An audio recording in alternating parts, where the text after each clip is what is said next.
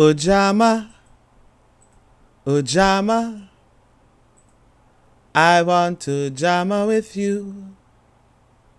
Ujamaa, Ujamaa, Ujamaa, Ujamaa, Ujamaa, Ujamaa, Ujamaa, and I hope you like Ujamaa too. Ujamaa. So, Htp family, you're tuning into the pro-black perspective on KWAZ radio. Today, I'm your host, Onitaset. We're going to be finishing the book Ujamaa by Nyerere. This is actually a short chapter, so this is going to hopefully be a short podcast. This is Nyerere at he was giving a speech at the University College branch of Ptah Youth League to open a seminar on the policy booklet, Socialism and Rural Development, January 21st, 1968. As we found out yesterday, or as we remembered yesterday, Museveni, the current leader of Uganda, was present, possibly even at this presentation. So, you never know who's in the audience and what kind of impact you can have on the world. So definitely make sure you get out there and talk and discuss with the various Africans around the world, and maybe you too will shape something maybe comparably to Nyerere. But for those of you who don't know who Nyerere is, this was arguably the greatest state leader of the 20th century. And that's saying a lot, because the 20th century was an interesting time. Nyerere gave us an example of good character, so immaculate that even the United States CIA said, during a time when they were overthrowing every other African leader, said, we can't do that to him. He's too clean. All right. So that said, I want to just get into it. This is called Progress in the Rural Areas, and I'm thinking it's going to be a report on how much progress they made. So we're going to be able to appreciate this brother, and I just really, no fanboy, but I want you guys to appreciate him too. All right. So I am extremely pleased that the university branch of the Ptah Youth League has selected the policy paper Socialism and Rural Development for serious study.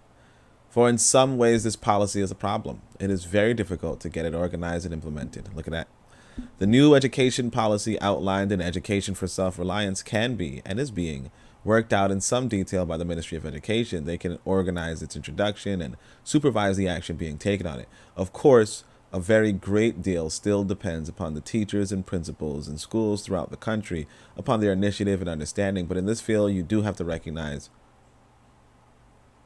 you do have a recognizable group, all of whom are public employees, to whom the new policy can be explained. You can direct their guidance and assistance easily to the right places, and you can supervise development almost as they occur.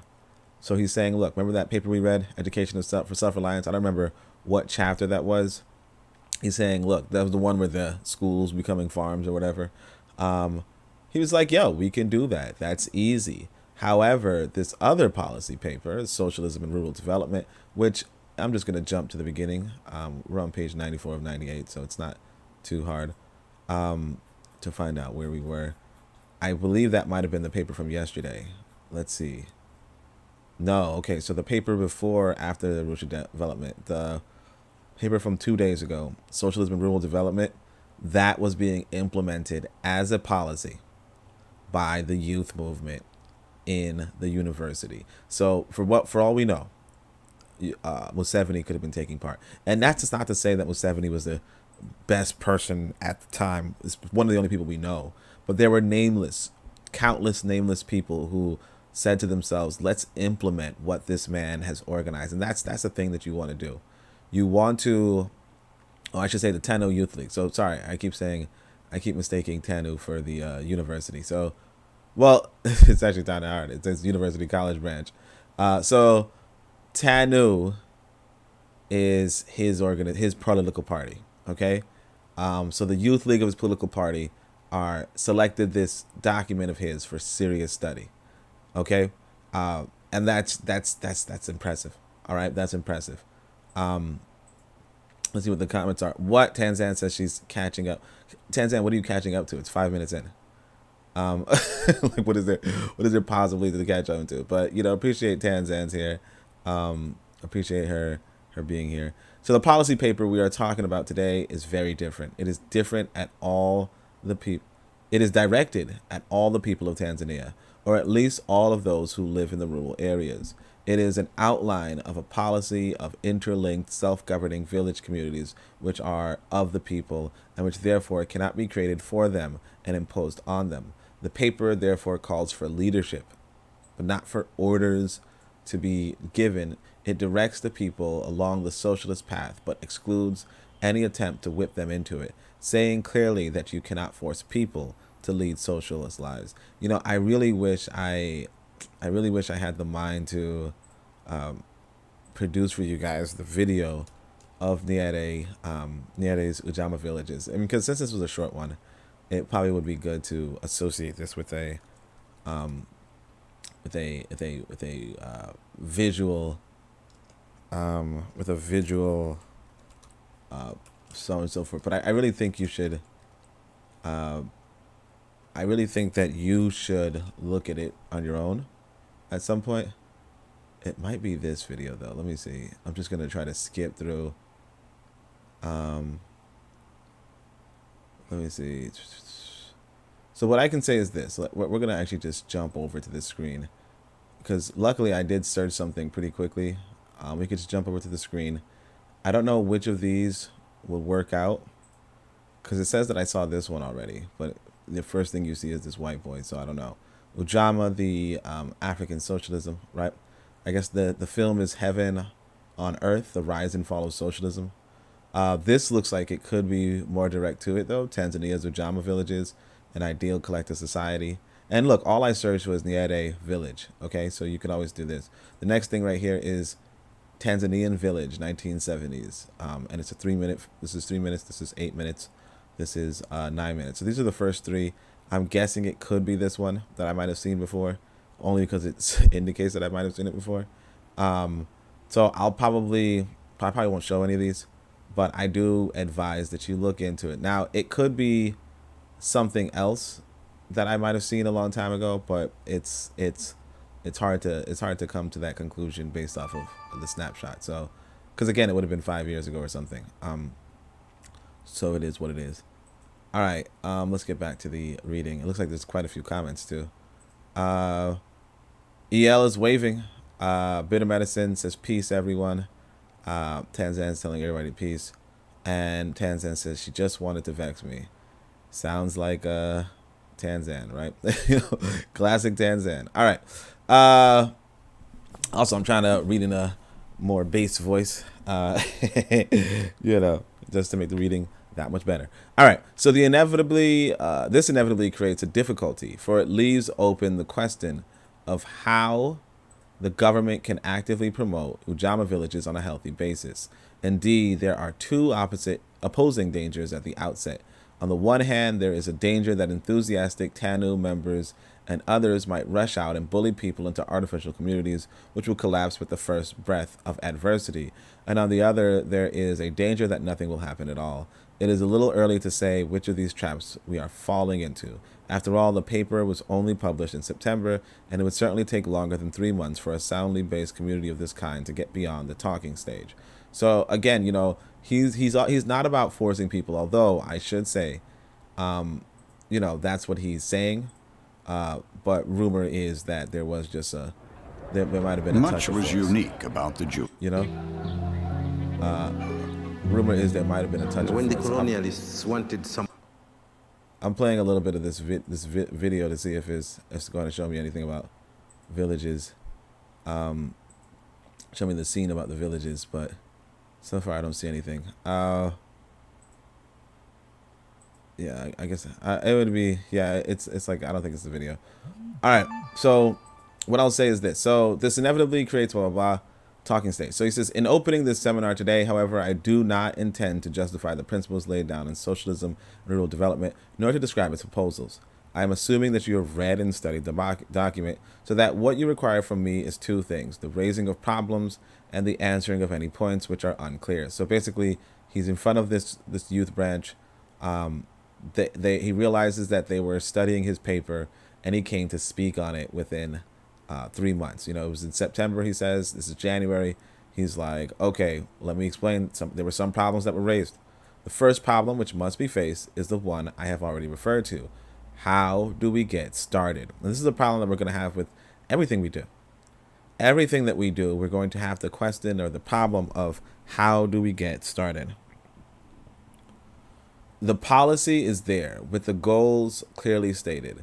The document suggests that any Tanzanian can take the initiative. Fine. But how do we move from the fact that any Tanzanian may and can take the initiative to the fact of his doing so? So, again, it's just like when I say, hey, look, go to Africa, repatriate, blah, blah, blah, blah. Or not repatriate, but, prepare yourself, build up yourself, whatever. It's like, okay, but what's the timeline? And like I said, I was talking to this one brother at length. Okay, this was back when my Discord was maybe like 3 people. You know what I mean? He was one of them. You know what I'm saying? Or 3 active people. He was one of them, right? And I've been to Africa. Now me, I got up and went. Okay?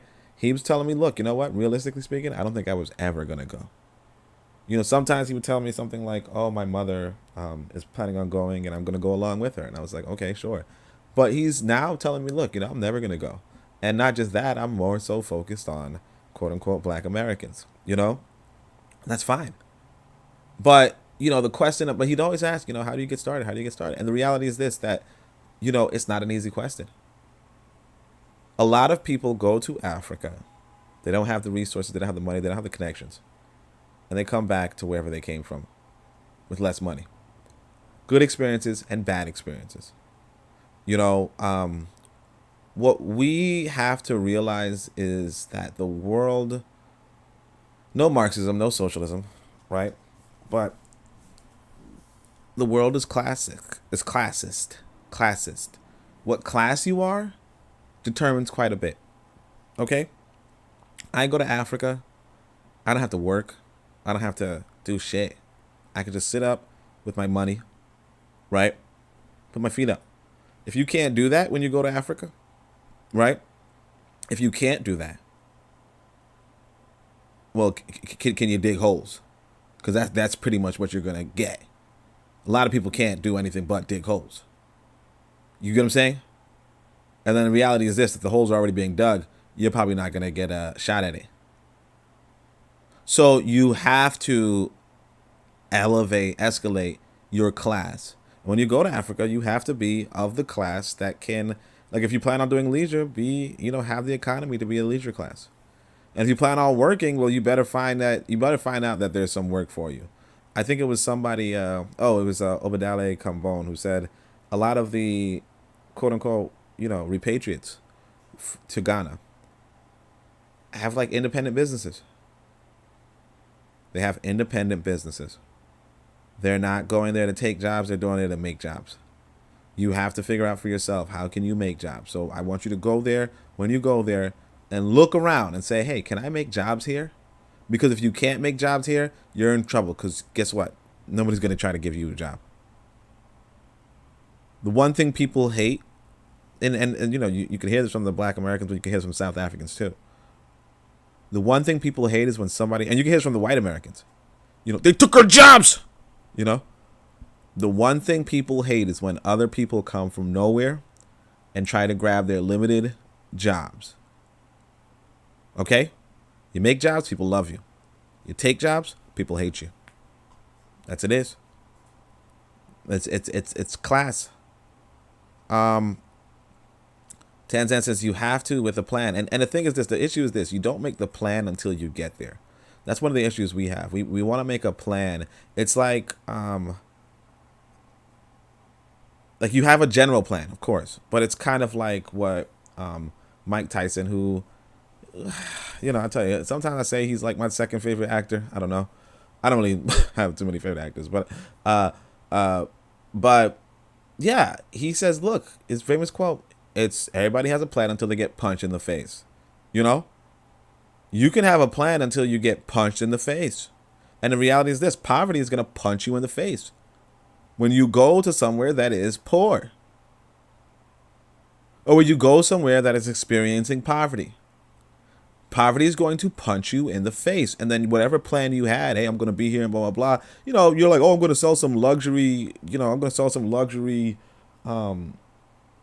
chairs, right? Ain't nobody buying no luxury chairs in a poverty situation.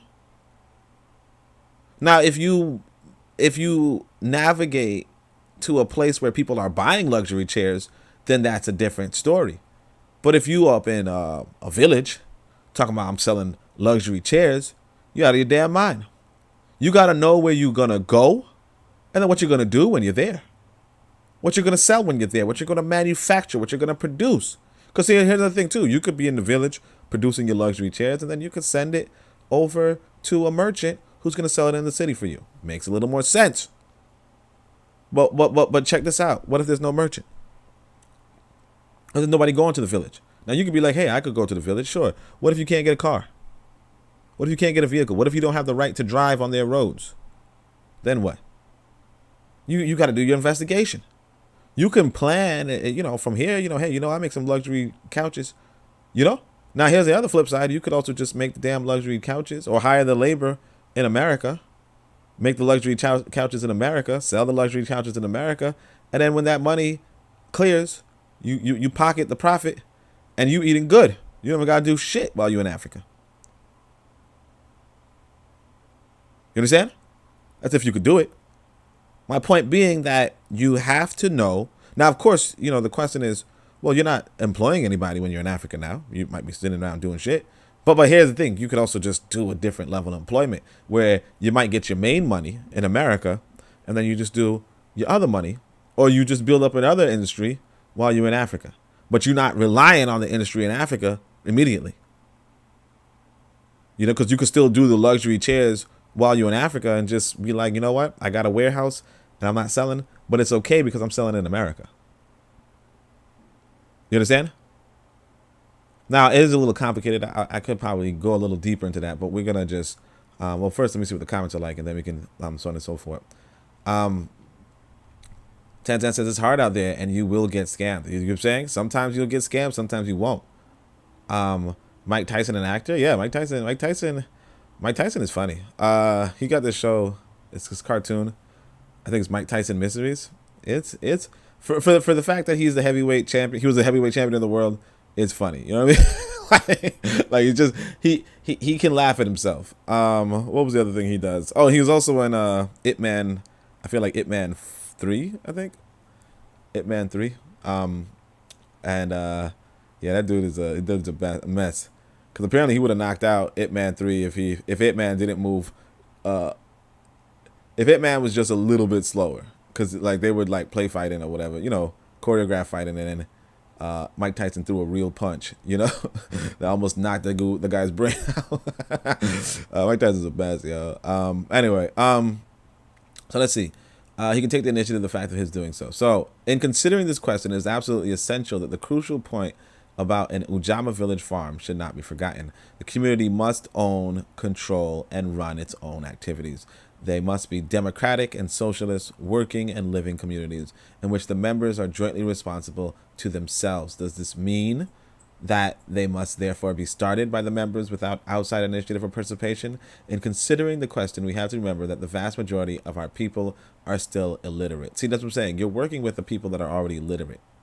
They could not read and study this policy document, even if it were easily available to them. The people in our rural areas will have heard about Ujamaa villages on the radio or through talk, if they have heard of them at all. So this is, again, another realistic person. Again, this is the conditions. He's telling his people, he's telling his young people, when you go to parts of our country, so he's like parts of Africa, when you go to parts of our country, you're going to come across our people. And our people may be illiterate. They may not even study the documents that you want to implement. They may not even have heard of what we're talking of the presidential address I gave that was explaining all of this. But that's fine. See what I'm saying? He's just saying be realistic. But that's fine. And that's the thing. I mean, like it's this gentleman, his ancestor is a masterclass in African leadership. Okay? This is the greatest African leader of the 20th century, and I don't think we've had a greater African leader since. Now, maybe somebody listening here may become a great African leader, maybe even a greater African leader. Let's hope. But this is essentially the model. Okay? This is essentially the model. I mean, just look at it. Tanzan is from Kenya, but she calls herself Tanzan. Tanzan says, "Oh, the one with Norm Macdonald." Yeah. Although Norm Macdonald's dead, but yeah. How do we get moving? How then do we get moving? Government and TANU leaders could certainly encourage, explain, and teach about these ideas. But is this enough? Would it really help very much if every person in this seminar simply talked about the policy in his home area during the vacation and then came back to the towns? So let me see. Government and TANU leaders could certainly encourage, explain, and teach about these ideas, but is this enough? Right? Is it enough to go? Because that's what I'm saying. This is kind of like what I plan on doing myself. And he's talking to me. He's like, it's not enough to go and talk about good shit while you're in Africa on vacation. You understand? Government and TANU leaders could certainly encourage, explain, and teach about these ideas, but is this enough? Would it really help very much if every person in this seminar simply talked about the policy in his home area during the vacation and then came back to the towns? Is it enough to go talk about Pan-Africanism and then go back to America, go back to the West? What of the idea that more educated people should join the practical work of initiating an Ujamaa village and become a founding member of it? What about us becoming founding members of the villages and communities that we're trying to build? Because that's another thing I want to do. I want to go there, see if I can afford whatever I can, make the freaking building. The way how this white boy does churches, I want to do the churches. Not churches, community centers. Right? I want to do it. Okay? Now, of course, I have to see if I can afford it. I gotta see how much the cost is. When I was in Ghana, the sister told me she had a little building, a nice building. She paid I think it was 400 CD a month for the building, and I think it was 400 CD a month for the worker there. Now it could have been 200 CD a month for the worker. I don't know, but there was a worker there. She worked there herself, and it was a nice little building, tiny space. Not gonna hold you guys. 400 CD though is $50 for me. You know what I mean? I think it was an 8-to-1 ratio. I'm not 100% sure, but it was $50 a month for me. So $50 a month, 12 months, $600 a year. I could afford that. Now it's a small building, but I can afford that. Now if I have a $600, I put down $600. I get a building for a year, and I say, hey, look here, guys. You guys can come here. We can watch these documentaries. You can watch these videos. We could speak. When I'm here, I can speak. If I'm not here, you guys can listen to the broadcast. And I got one person down there who's helping out. You know, we could collect some money if need be. You know, and we can leave that money for whatever reason, right? Trying to be like that brother. What's his name? Pan-African Strikebacks, I think. I don't think it was him, but I think it was Afro Think Tank. He showed up on Tanzan's show, and he said, look, he never took he got a business down in Nigeria. He never took a naira out of Nigeria. You know what I mean? But yeah, you could do that if you but see, I wouldn't know that. I wouldn't know about the 400 CD building unless I asked, unless I investigated, unless I went through, looked around. Okay, I wouldn't know. Now, if I'm being honest with you guys, I can tell you what kind of business it was. Then you could be like, hold on, boy. Hold on a second. You know what I'm saying? That sounds like a small room. Nah, not that kind of business. Anyway, but yeah, boy, right? All right. But what I'm saying is that you got to go and do the math, because you could afford, if it's 50 CD a week, you can afford 100 CD. You can rent twice the space, twice the, you just got to ask around, figure it out. And then you could put at least one person to employment, or two, And, of course you want to investigate and so on and so forth. And the reality is this too, that and if people are willing to work for, I think it was 200 CD a month or whatever. So if the people are willing to work for $600 a month, or $600 a year, which is, you might say, oh, you're underpaying them. No, you're paying them what they're willing to work. You know what I mean? It's like you want them to work. Now, you could go above that. You could go below that. Some people say that if you Most people are doing multiple jobs. If you're not being accountable for, then there's all sorts of things that you can do, all sorts of things you can't do. It doesn't matter. You pay for your internet, you do all that kind of stuff. You have your webcam, your security camera, whatever you want to do. All right. Point is this: you get your people employed, and you do whatever it is you need to do, and I mean, again, like I said, just go there and scout, like figure out something, because that might not even work, and you might go to you might go to a different African country. Just go and look around. It's if you haven't already, obviously if you have, you should be when next time you go, you should be doing the mental math to say, hey, what kind of damage can I do here? You know what I mean? Or not damage, but you get what I'm saying. Like, what kind of good can I do here, right? And then, and if you already did that, then you already know what you're doing. You know what I'm saying? You already know what you're doing. You just put your money where your mouth is. That's what it is. Put your money where your mouth is. Take your risk. Hansan says Nyerere is indeed the model. More people need to be founders. That's it. We need to be founders.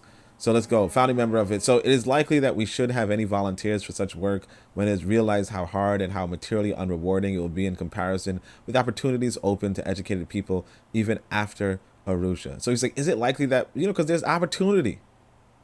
There's opportunity elsewhere. And that's the thing that, I think we were discussing this yesterday. What is the profit? What is the profit model? I'm putting these questions frankly because I think they must be answered. The fact that I pose them should not be taken to imply that I think there is no answer or that is necessarily a discouraging one. My own experience suggests that our people in the rural areas are prepared to work together for their common good. In many places, they have never stopped this traditional custom and would take quite easily to an extension of it. Hold on a second. All right, so sorry, this kid. Woo. All right, all right. You guys, I don't even know, but this kid. Boys, all right. The fact that I posed them should not be taken to imply that I think there is no answer or that it's necessarily a discouraging one. My own experience suggests that our people in the rural areas are prepared to work together for their common good. And this is what all right, let me just, no. I wanted to not do this. I think it's an easy one, a quick one. But look here, I want to tell you guys this. So I go to Accra, right? I'm in this little, miniature community, all right? Like it's like, how do you say? Like, people are just kind of hanging out outside, doing their thing, cavorting, whatever, right? Some kids are hanging out at a shop and all that kind of stuff. I come around these kids and I'm like, trying to low-key figure out how freaking Christian are these people, right? But I point out, I say, look, I say, hey, look, is the pastor living well despite the poverty? Because it's a poor situation, right? They're like, yeah, and one of the girls is like, I don't understand. Yeah, he's living well. I don't understand. Like, he's like a three floor. Like, all of them are living in shacks, more or less. Not shacks, but let's just say it's not it's like 1-bedroom apartments. You know what I mean? Like, you got your kitchen. Like, some of them don't even have bathrooms, low key. Like, they have a community bathroom. Some of them. So I'm like, okay, and then but the pastor is like in a 3-story, big ass building, right? Living good, okay, eating well. And so I say, look, I give the same spiel I give you guys, about the 10% of the income basically means you're gonna live well. If 30 people show up to your church, you're living well. You're living 3 times above you're living 3 times the average, right? Now, granted, you have to pay your volunteers. But, you're living 3 times the average. And the average, in a community where some people are the landowners and some people are not, is a pretty good number. Because, even if you have 10 landowners, you're making the full income of a landowner without any freaking tax. Well, in America, no tax, right? That said, I'm like, look, if you guys wanted to get out of your own, way, in a sense, you could just put those 10% together, collectively put that 10% together, and that income that the pastor has in order to give himself that food, blah, blah, blah, blah, you could just put towards industry. Okay? You can put towards something economically productive.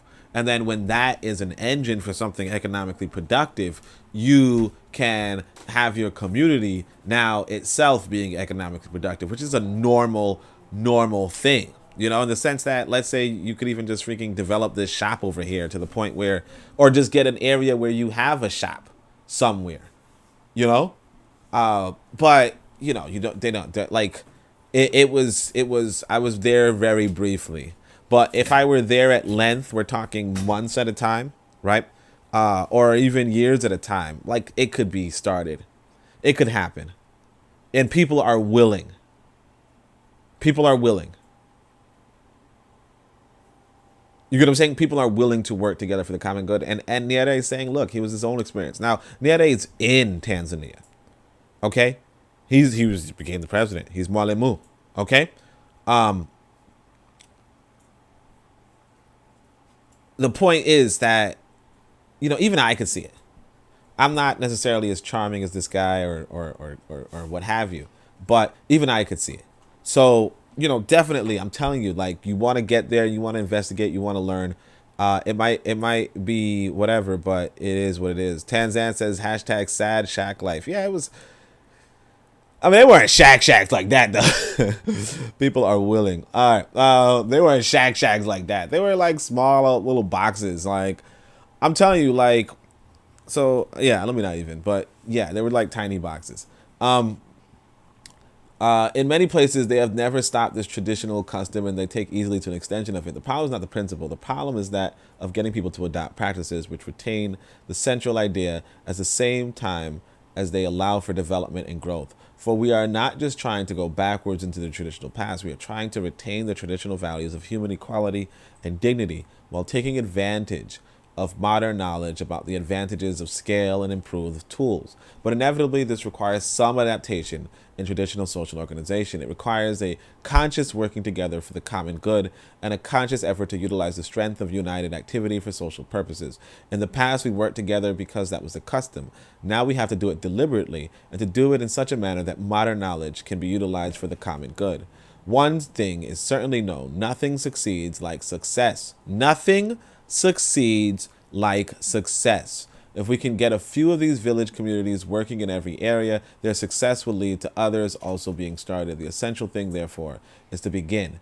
It is for this reason that the papers suggest that anyone can take the initiative, and suggest also that a small handful of people, the members of a 10-house cell or even smaller numbers, could begin. Of course, such a small unit would not be able to achieve very much, but it can grow. The present 12 Ujamaa villages in the Ruvuma Development Association has grown out of a beginning made by 10 individuals.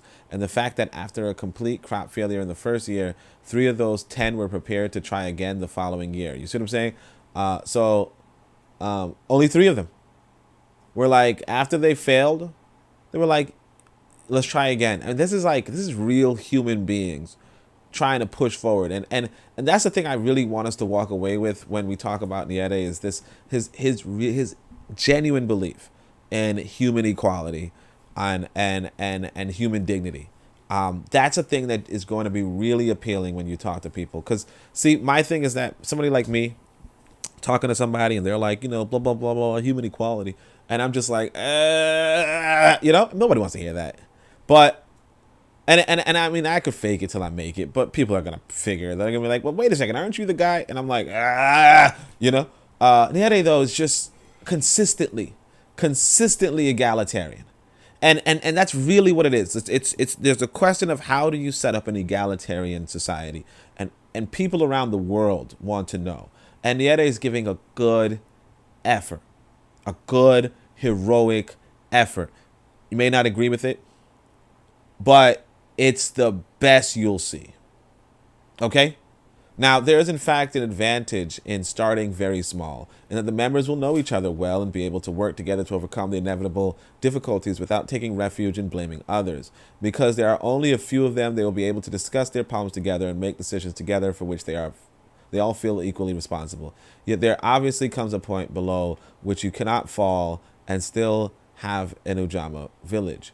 What is the ideal size? Will it vary very much in different conditions? And how can you determine what the optimum figure is and reach it? Now, the only question here is, how do you get land in Tanzania?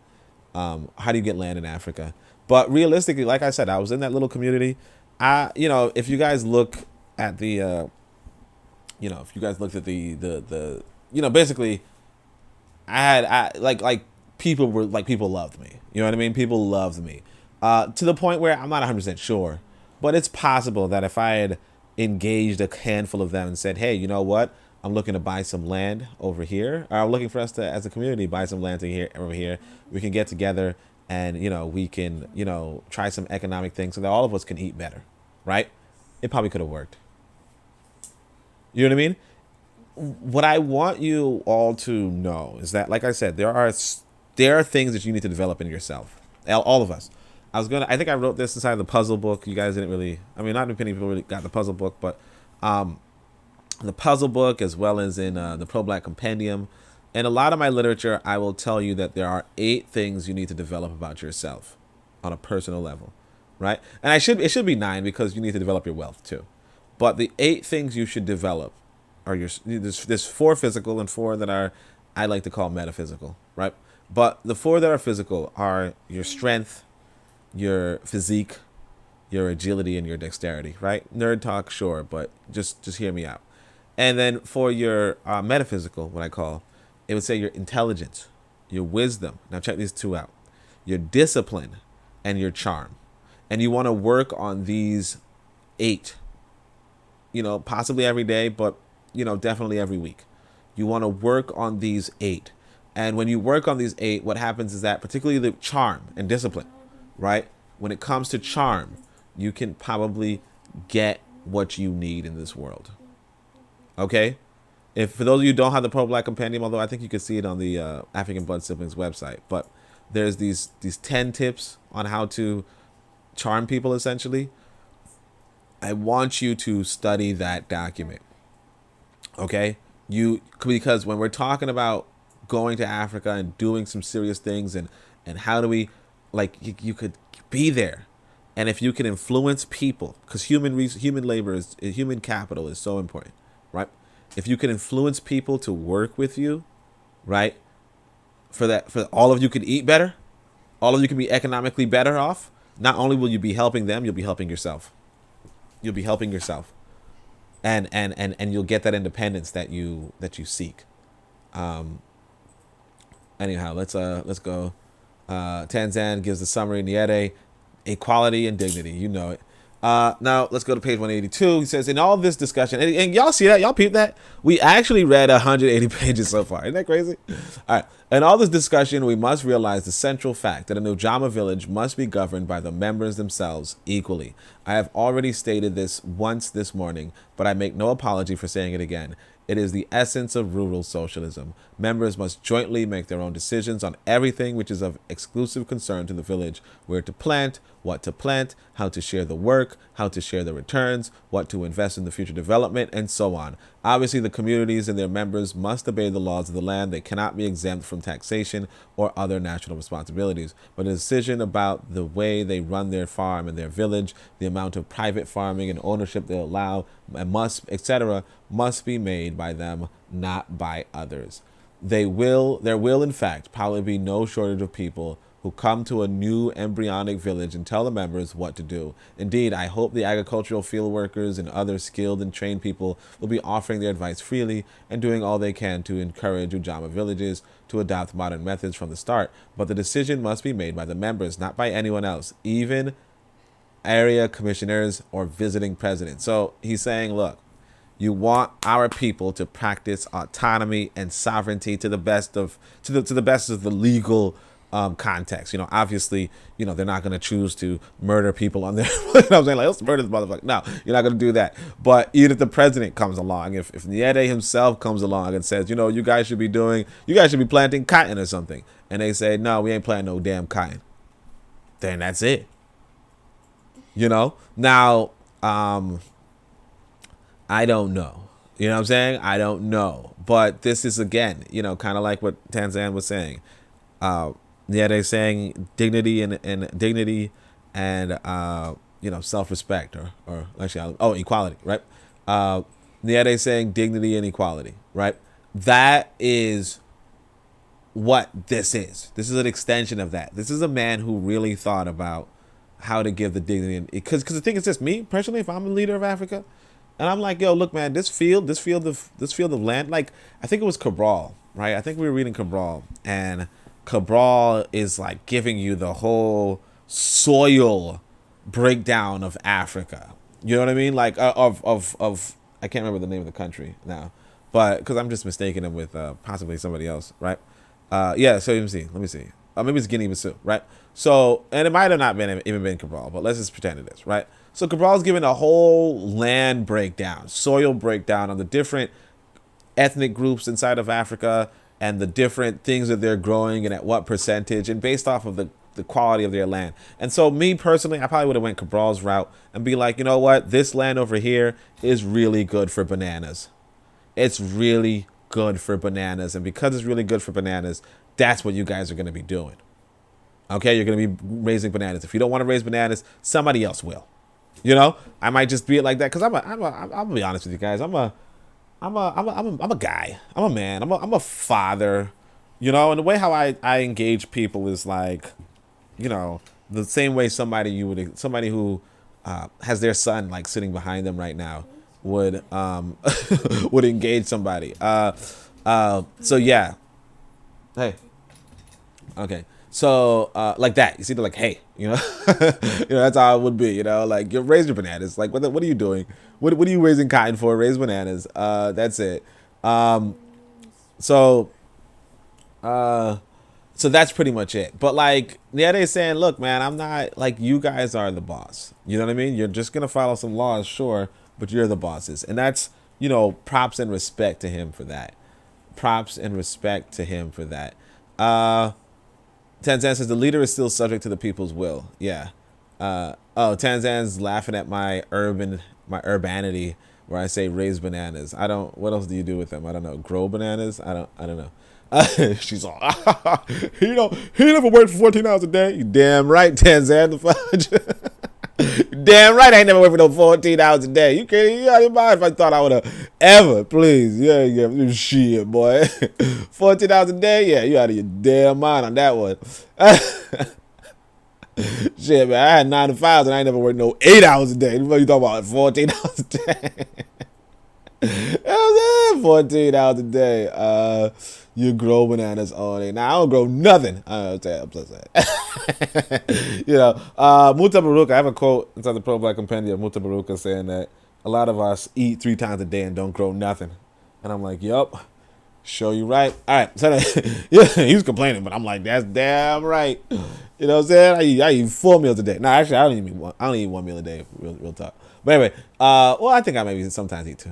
Yeah, we must be clear what we are saying here, for we have a real dilemma. It may easily happen that a visiting political or government leader knows that the people are making a mistake, which could prove fatal to their ambition, either in organization, in their selection of their leader, or in their methods. The temptation to intervene must surely be very great indeed under these circumstances.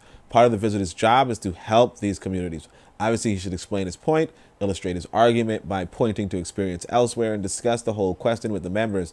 But suppose the members still insist on their own decision.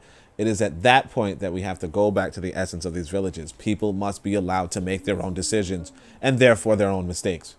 Only if we accept this are we really accepting the philosophy of socialism and rural development. If we prevent people from making their own mistakes, we are preventing the establishment of Ujamaa villages.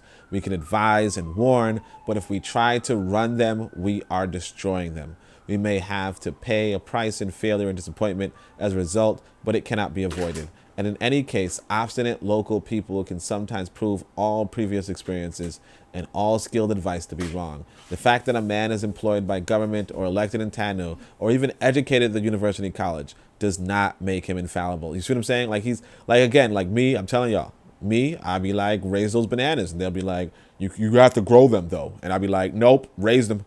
Never. And that's it. You know, Tanzan and EL may be like, nah, man, I'm telling you, man, we can't raise bananas. And I'm like, nope, you got to do it. That's what I would do. You know what I mean?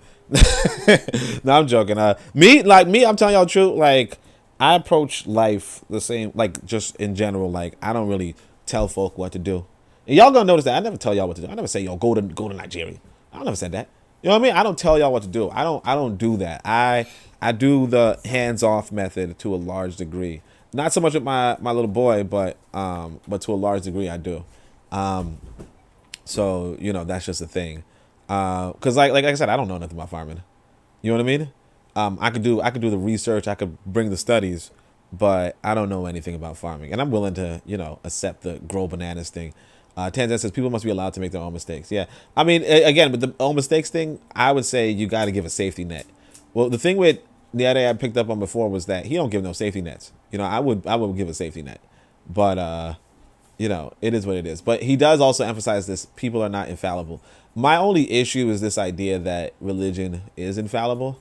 But I completely agree with this whole people are not infallible. And the reason why I'm giving that correction, just in case people are wondering, who cares? We know you were joking. Garvey was one of those guys.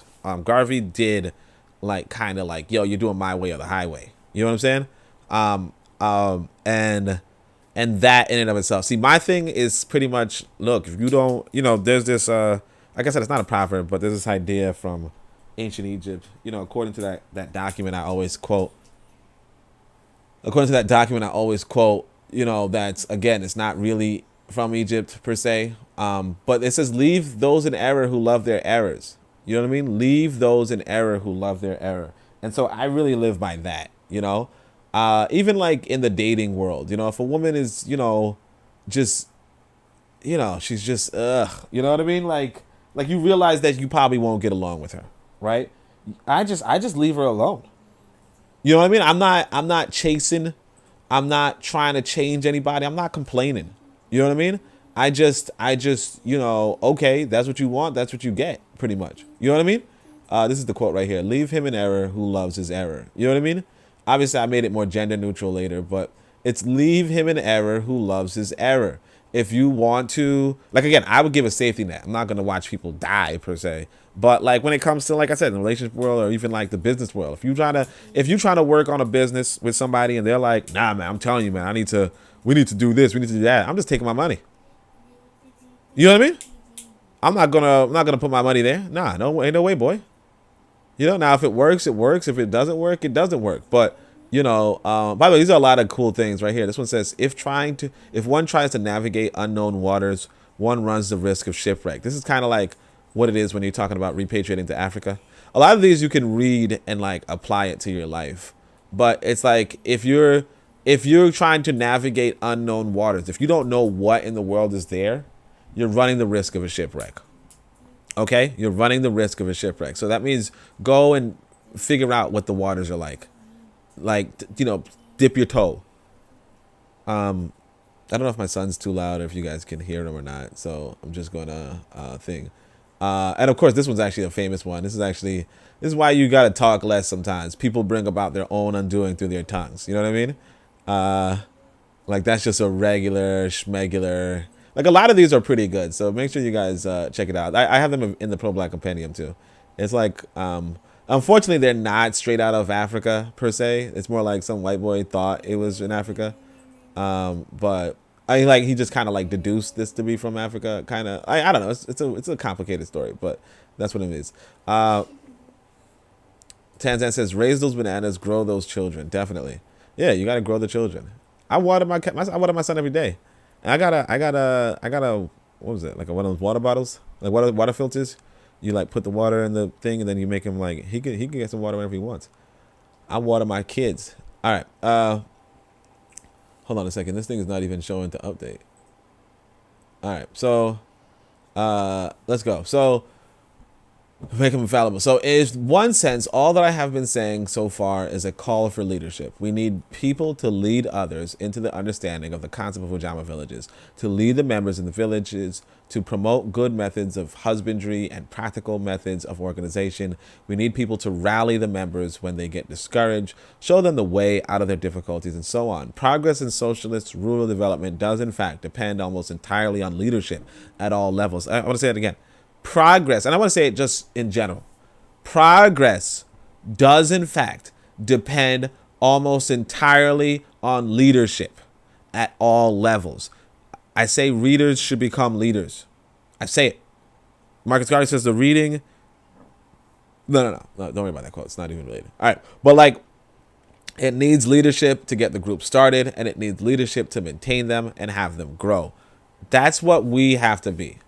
You know, I know that some of us are kind of like sitting back, like, you don't got to be no fucking leader. You know, Africa cleans no shit. You know, whatever. I don't know. I don't know what you're saying. But, like, yeah, being a leader is what it's about. You know, and you raise and grow leaders. Okay? Oh yeah, Tanzan. Oh yeah. So forecast is here. It says hi, peace to all. This is peace to all. So yeah, peace to forecast. All right. So let me emphasize that this leadership I am now talking about does not imply control any more than it implies bullying or intimidating people. A good leader will explain, teach, and inspire. So let me explain that this leadership I'm talking about now does not imply control any more than it implies bullying or intimidating people. A good leader will explain, teach, and inspire. In an Ujamaa village, he will do more. He will lead by doing. He is in the front of the people, showing them what can be done, guiding them, and encouraging them. But he is with them. You do not lead people by being so far in the front or so theoretical in your teaching that the people cannot see what you are doing or saying. You do not lead people by yapping at their heels like a dog herding cattle. You can lead the people only by being one of them, but just being more active as well as more thoughtful and more willing to teach as well as more willing to learn from them and others. You know, like I said, Tanzan had an excellent presentation on youth leadership. This is pretty much the qualities of a leader you want to instill into your people, what you want to teach into your people. Something like this is something that you want to share with our, like this one paragraph is something that you want people to understand. You know, it's like take my son right now. I want to tell him. I'm going to say it again. Look, boy, look. Let me emphasize this. Leadership I am talking about does not control. Leadership does not imply control any more than it implies bullying or intimidating people. Good leaders don't bully, they don't control, they don't intimidate. A good leader explains, they teach, and they inspire. Okay? And you do more. A good leader, when you grow up, you do more. Okay? You lead by doing. You're going to go into the front and show people what can be done and guide people and encourage people and be with people. Okay? Be with people. Don't lead by being far in the front, and don't be so theoretical that you're teaching the people cannot and they can't see what you're doing or saying, right? Don't be distant. Don't be, all the way in the West talking about, I'm going to lead Africa, and they can't even see you. They don't know what you're doing, right? You don't lead people by yapping at their heels like a dog herding cattle. You don't do that. You can only lead people by being one of them, okay? And being just as active. In fact, no, being more active, being more thoughtful, and more willing to teach, as well as more willing to learn, okay? From them and from others. That's what a good leader is. You got me? Give me 5. My man. All right. I don't Sorry, guys. I had a little moment with a little boy. Forecast says, forecast says, hey Tanzan, I see. LOL, I'm late. And Tanzan says, I'm not cool. Watch out, forecast. Oh, you're too. How you doing? Yeah, I think everybody in I decided, why not make everybody on the radio a mod, you know what I mean? I know EL sitting there like, wait, what? EL, you gotta get yourself a podcast. You know what I'm saying? All right, anyway, so forecast said thanks, so on and so forth, and all that kind of stuff. But yeah, I think everybody knows that. Sorry, so let's see. Members of an Ujamaa village must control their own affairs. I say it again, but the role of a leader is crucial, and good leadership will make all the difference to the socialist success and the material success of such a community. So the members of a Ujamaa village must control their own affairs. Okay? I say it again, but the role of a leader is crucial, and good leadership will make all the difference to the socialist success and the material success of such a community. Now, let me give one example of the kind of leadership which is needed. Suppose a group of families have decided to start a cooperative farm and village and are discussing where to build their houses. The problem is whether to build a hill or down in the valley. And the argument is about the ease of getting water versus the danger of flooding. So, all right, let's just pay attention to this. So, a group of families have decided to start a cooperative farm and village. A cooperative farm and a village are discussing where to build their houses, right? The problem is whether build it up on a hill or down in the valley, right? And the argument is about the ease of getting the water versus the danger of flooding. Basically, you can get water easier in the valley, but you could also be flooded easily in the valley. A good leader who is a member of this group may argue that it is better to build on the hill and face the drudgery of carrying the water until they can afford a pump and pipes. But let us suppose that despite all his efforts, the general opinion is to build near the water's edge, right? So you're like, hey, you know what? Yeah, I don't want to be going up and down a freaking hill. I'd rather build next to the water. And it's like, but the water sometimes floods. Yeah, but you'll be next to the water, right? He's like, what should he do? And the answer is clear. He must play a very full part in the work of building the village in the valley. That means he kind of just concedes. Now, again, I don't know about that. Because see me, it's like, leave him in error who loves his error.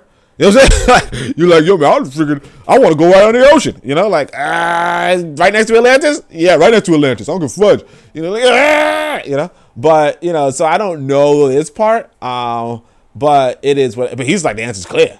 Go to the village in the valley.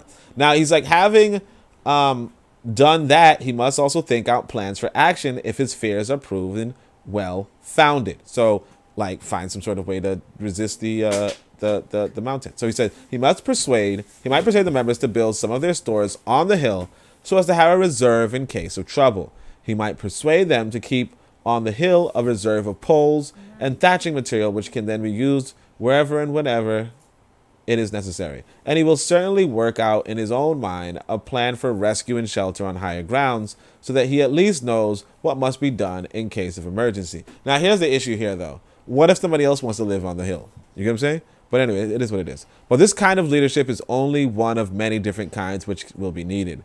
There is the same problem of management, although on a different scale, for an Ujamaa farm as for a capitalist farm which employs many people.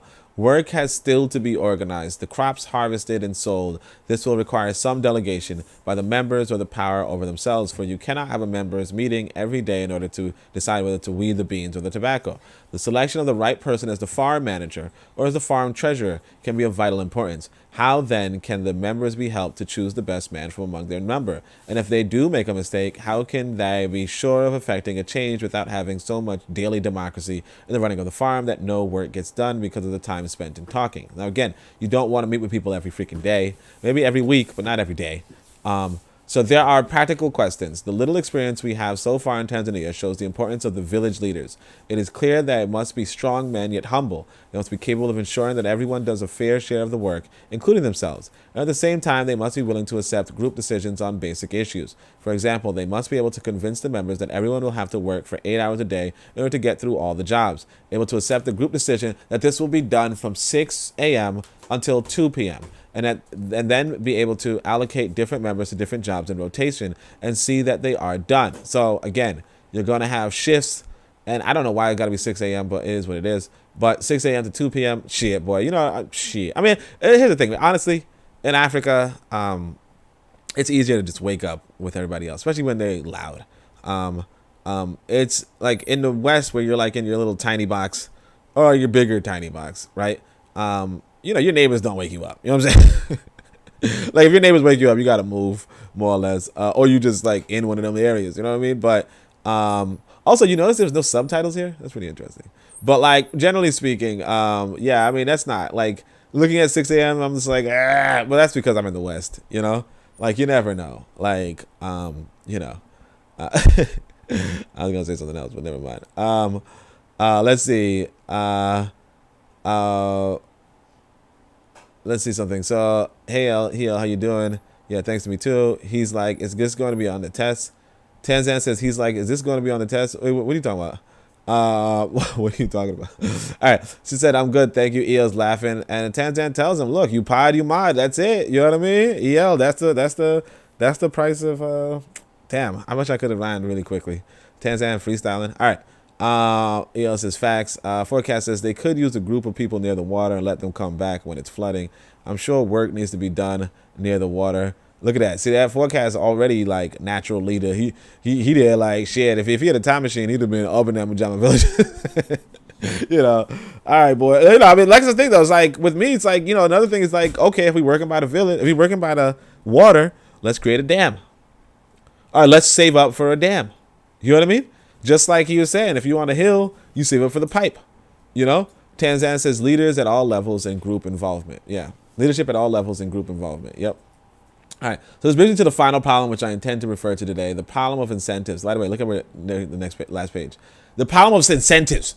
Profit. That's the thing what capitalism does. Is that it has built into it a mechanism for people profiting, you know, and what Nyerere's version of socialism is that people don't profit or people profit less, and it's like, how do you resolve that when, you know, people kind of want more profit? Right? So this brings us to the final problem, which I intend to refer to today, the problem of incentives. For it is all very well to say that members will live together and work together for the common good. And it's all very well to say a leader's job is to see that everyone does his fair share. But we are not all angels, and it is not unknown for everyone that to do a fair share on a communal project just because everyone does as much as the laziest member and no more. Wait, let me see.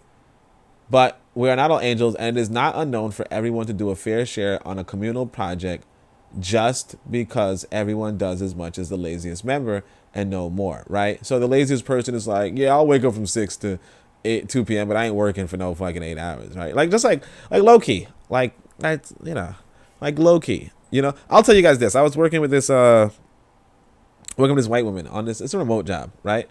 It's kind of like, you know, I shouldn't give any details because I'm, you know, supposed to know whatever, right? But basically, this white girl was like, I think she said she had Asperger's or something. I don't know. But she could do this work, not as accurately as, man, she's pretty accurate, right? But she could do this work all day without any sort of disruption. Okay, now if you know how Westerners really work, especially remote jobs, just jobs in general, like they like do, realistically speaking, like 4 hours of work, okay, in an 8-hour shift.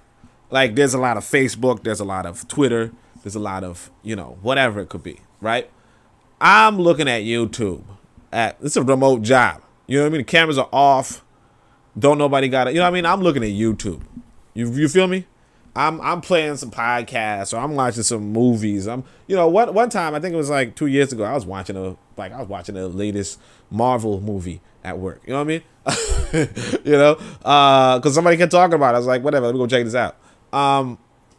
Yeah. So.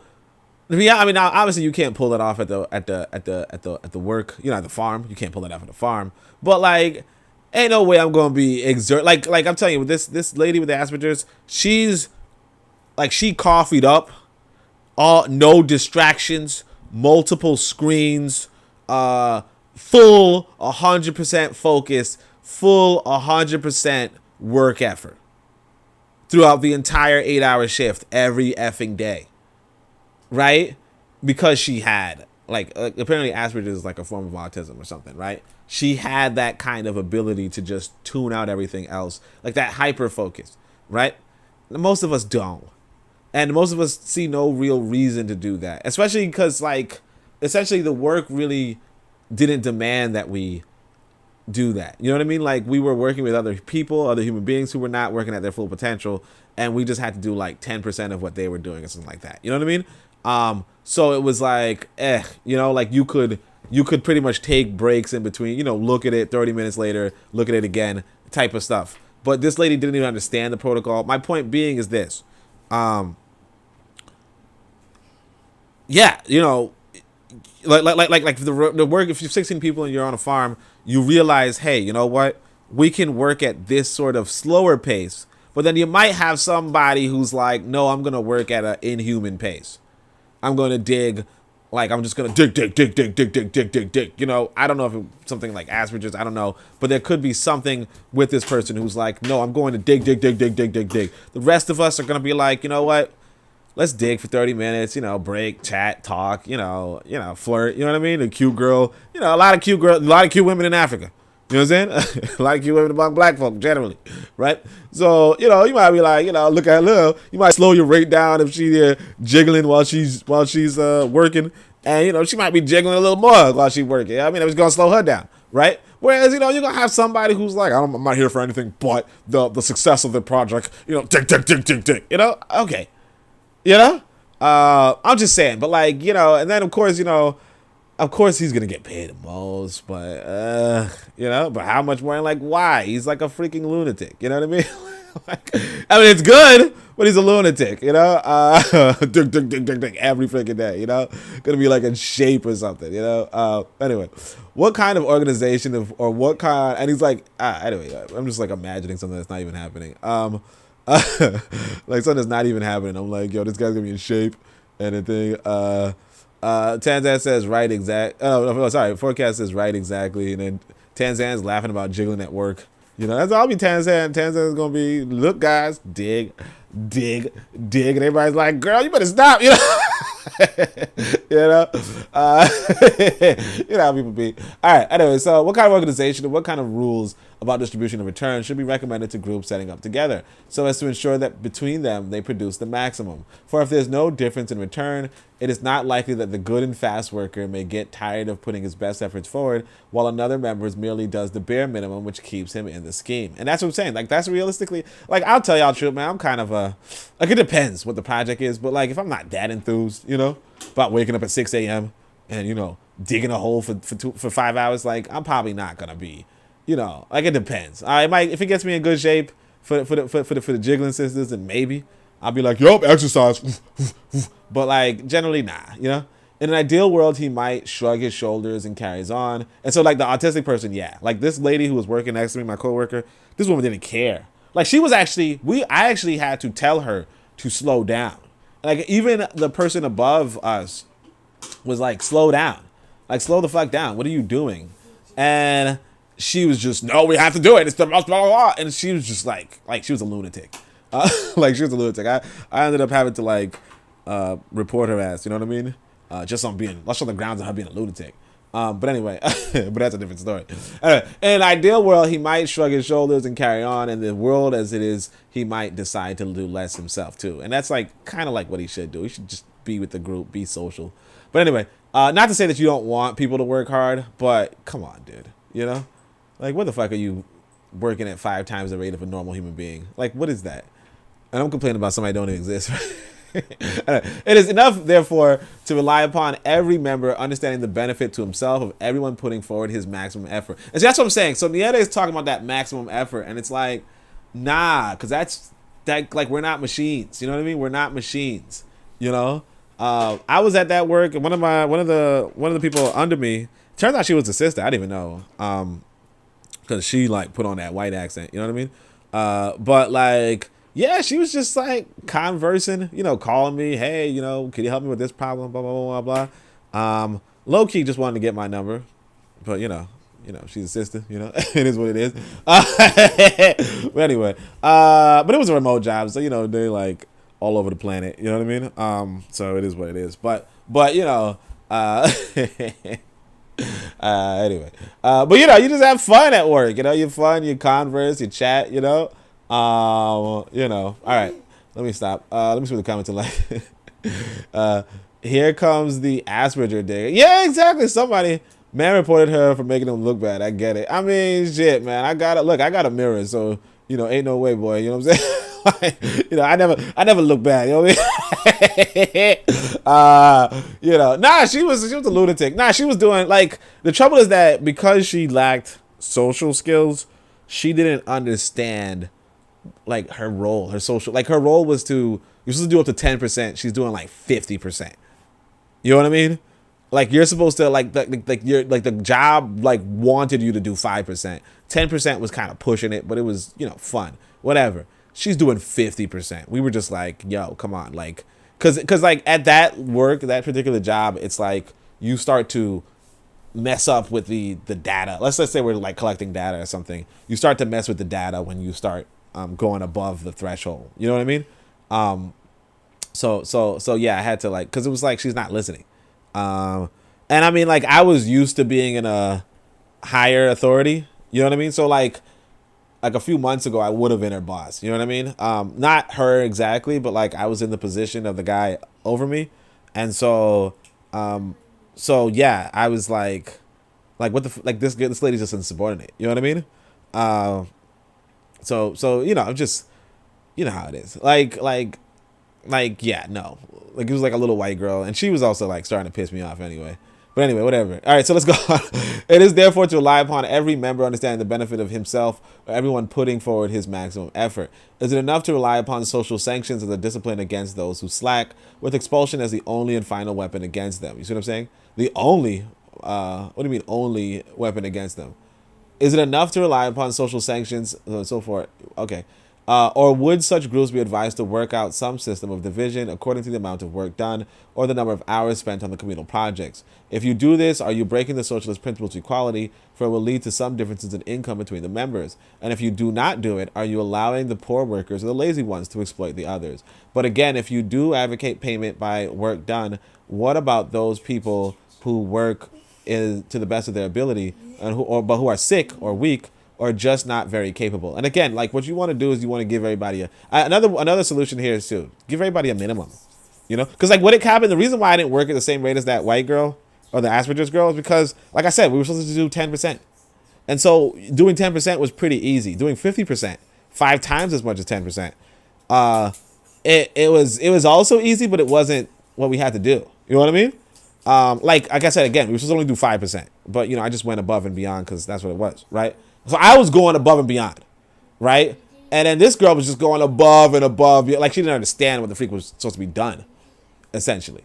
So yeah, like just give everybody a minimum. Say, hey, look, you got to work out this plot of land or something. Or something. Just you have to do something. And then you pay them. Now, somebody could do it quickly. Because like when I do the 10% thing, I do it quickly. But yeah, but I'm not going to keep working after doing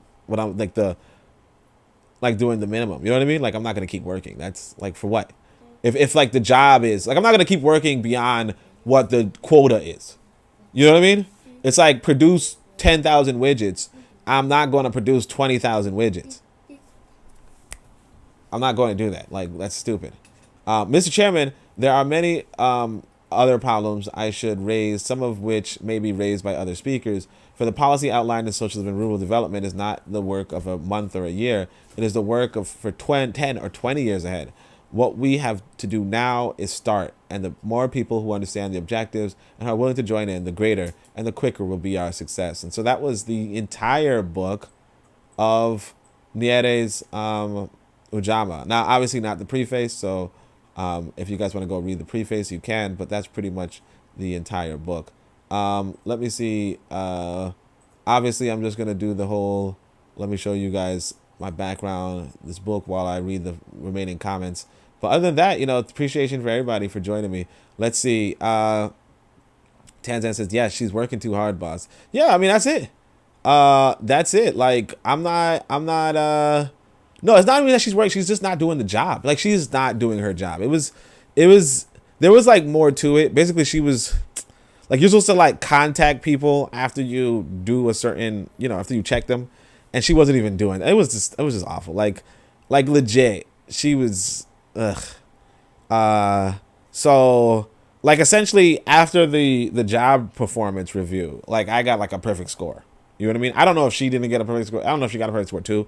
I doubt it, but it's possible she did. But I got a perfect score. So like I was really like doing what I need to do. She was just kind of like insubordinate, low key.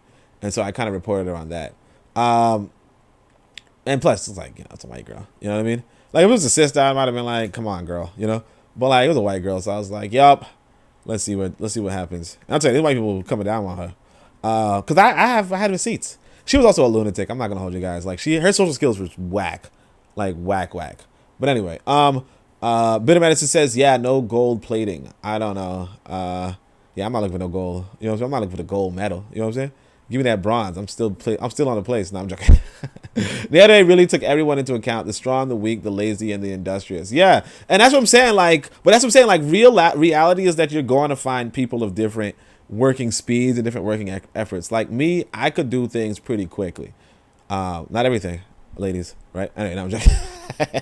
But I can do things pretty quickly. Yeah, forecast is right. You know, we got to say peace. So yeah, I could do things pretty quickly. But again, like, so if you could do things quicker, than other people, you're not going to do it for the same length as other people. You know what I mean? Because if you do it for the same length as other people, then you're going to do it a lot more than other people. The thing with this lady is that she could have done things quickly, but then she'd also do things at the same, because again, she doesn't have the, she didn't understand, like, she didn't understand things. It was just weird. Like, she legit didn't understand, not weird, but like she had like a mental impediment from understanding things. And so when you have a mental impediment from understanding things, it's like, realistically, if you finish before other people, then you just wait for them. You know what I mean? You don't actually keep going, you know? I mean, unless it's like you require it, but like usually, it's like, how do I say it? It's like if you're walking with your friend, like, cause I walk really fast, right? And I'm talking about, I walk really fast in New York. So in New York, the average walking speed in New York is already pretty fast, right? I walk fast for a New Yorker. That said, if I'm with somebody who, like, we try to match each other's pace. And this is a thing that's like normal for human beings as well as animals. So like if a rabbit is being chased by or if a gazelle is being chased by a lion, right? If a gazelle is being chased by a lion, they're actually slowing down and speeding up together in synchronicity, right? So I would say that this, so if you really look into what is called Asperger's or autism, one of the things about autism is what I realized when I was in college. I read a paper on autism and essentially mirror neurons. And so this idea is that your mirror neurons help you to imitate and emulate other people, right? To the point where, like, if somebody yawns, you might yawn too. If somebody smiles, you might smile too. If somebody starts dancing, you might want to start dancing too, right? This is something that's happening on a neurological nervous system level, right? You have these mirror neurons in your brain that are firing so you copy other people, right? This is what you do when you're walking, so on and so forth. The issue is that some types of autism, I don't really know about Asperger's too much. I was supposed to look it up, but I didn't. But I don't know too much about it. But what I could say is that it's possible that just like other autism, they do not fire mirror neurons. Okay, now I don't know why this would work on a sociological, like why this would work at the remote job level. But the reality is that when you don't realize that, like, essentially you're biologically imitative, and you're biologically like going to sync up with other individuals as well as other animals, right? You're biologically tuned to do that. Humans have a lot more mirror neurons than other animals, or most other animals, not every other animal, but most other animals. And so we are much more imitative and than other animals, but also animals do this. Point is that, yeah, if we were all like digging holes together, we would technically, just on a biological level, be compelled to wait for each other if we're like all doing it on a lane. Now, if some weirdo has his mirror neurons, like either he refuses mirror neurons for some sort of weird principle of I gotta get there first, or he has some weird, like, thinks it's a race or something, I don't know.